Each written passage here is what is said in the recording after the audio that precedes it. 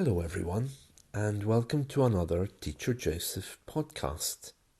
Today, we're going to talk about the BBC. When you hear the words BBC, you probably think of those wonderful TV shows which the BBC produced in the 1960s, 70s, 80s, and 90s. And then they started hiring other companies to produce programs for them. Some of you may remember that the BBC was based in London and is kind of an icon of British living. The BBC does have a presence in London still, but most of its broadcasting facilities now operate from Manchester. Only the news departments remain in London. The BBC was started in the 1920s and is looked after by a board of governors. Recently, that board of governors was replaced by a BBC trust. It has the same ideas. As you would expect in any democracy, this board has the task of ensuring that the BBC remains impartial, that the BBC is not the government's mouthpiece, and that all of its news and political news is fair and unbiased. The BBC is not our state broadcaster. There was a time in history when the BBC perhaps reflected our country's values in a different way. We were at one point in our history very nationalistic, especially at the time of the British Empire.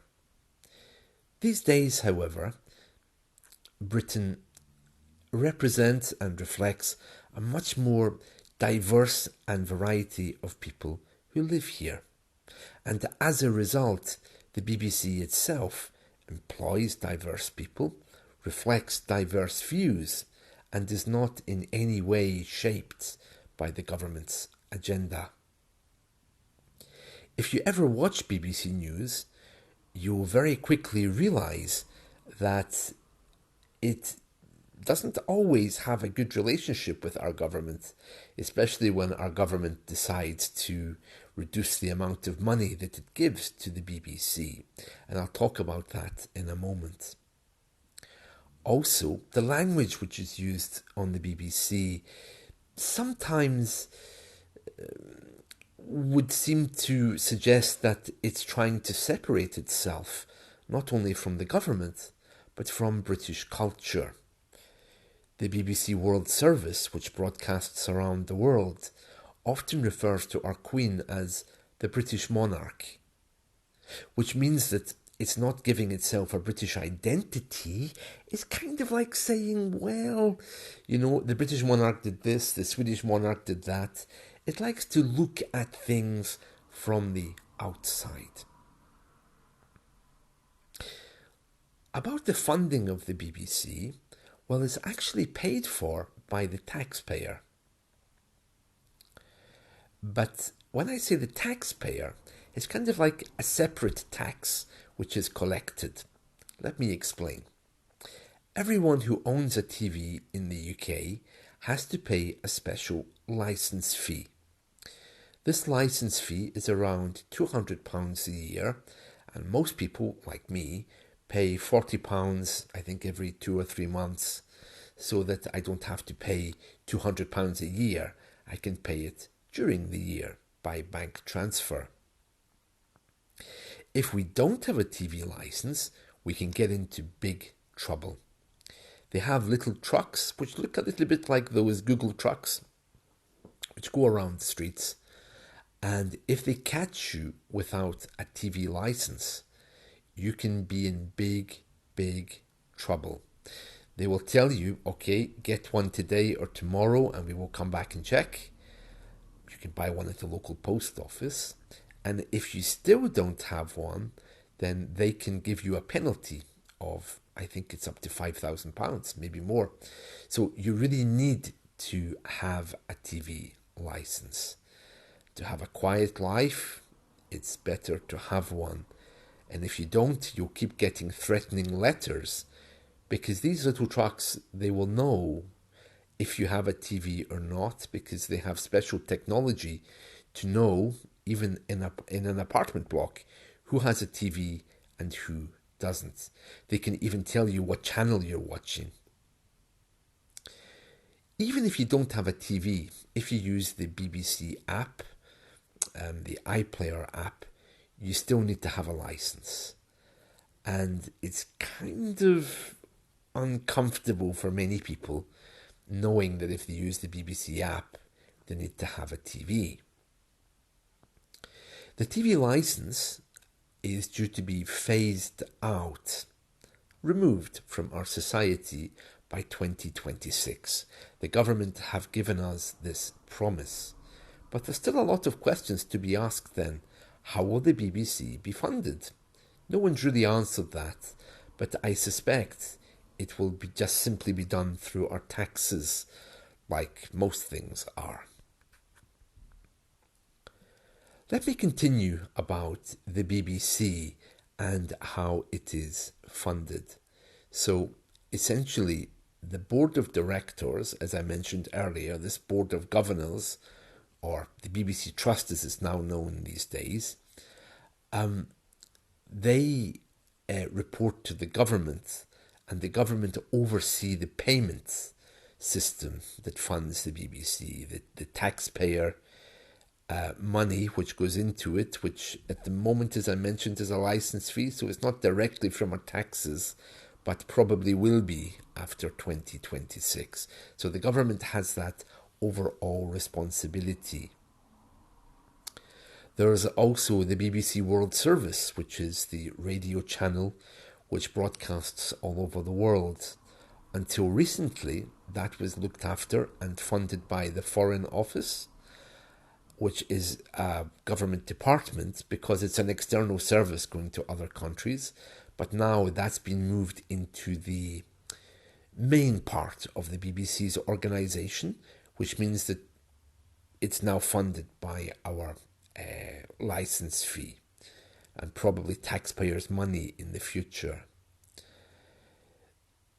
There's been a lot of criticism about that. I mean, the government obviously want to separate themselves from the BBC, which is why they moved the World Service over to the main BBC organisation. But some people think that perhaps the quality is no longer so good because the funding at the BBC is no longer there. They've already said that they really need more money, and it's kind of unclear where that money is going to come from. If it's not going to come from the license fee, which will be scrapped, and it's not going to come from the taxpayer, who knows what's going to happen. So we still wait to see what plan they have for funding the BBC. Perhaps they'll just put advertisements there in the same way as other TV channels work, because currently the BBC doesn't have any of those. Placing adverts in the BBC would certainly seem to be the logical way of funding it. That would remove it from government control, because it would fund itself and the government would no longer need to look at it. This BBC Trust and Board of Governors that it had, or still has if we talk about the BBC Trust, would also come aligned. It would also become aligned with the other laws of the country. You know, all of our broadcasting organisations are looked after by a special department which is called Ofcom. Ofcom is the Office of Communications. It looks after all of our media laws. It governs all kinds of independent broadcasting, and until fairly recently it didn't look after the BBC because the BBC had its own rules and its own internal complaints department. But again, the government has now opened up the BBC to be the same as any other broadcaster in the UK. So that means that Ofcom, as well as looking after other types of broadcasting now has the responsibility of looking after the BBC too. So, with all of this in mind, I hope this podcast has helped you to learn a little bit more and to know that the BBC is something which is in transition, I want to say. It's something of a kind of a mysterious organisation which, first of all, existed largely controlled by the government, and over many, many years, from an editorial perspective, from a programme perspective, has kind of been sidelined a little bit. And because of the amount of money which isn't going into it, it's shrinking and is having to find its own way. In a few years, the BBC will change again, because as it becomes more responsible for making its own money, rather than people like me having to pay £200 a year for something which I don't really watch. Did I mention the fact that the BBC has this license fee, and whether you watch the BBC or not, you have to pay it if you have a TV. So you can't have a TV without the BBC, which would be another logical choice. But the way television is going in this country anyway, I think in the future it's probably going to be reduced down to a service like Netflix, because live TV itself isn't really so viable these days. I hope this has been a wonderful introduction to the BBC. From this podcast, I really wanted to tell you that, firstly, the BBC is not connected politically or from an editorial perspective to the British government. That was my first point. My second point is the BBC has an archive which we all know has some fantastic TV shows in there which are going to be preserved for future use. And thirdly, the question over the funding of the BBC kind of asks questions about whether it will survive as the government pushes it more and more into the private world. There's questions there over whether it can survive as a private broadcaster.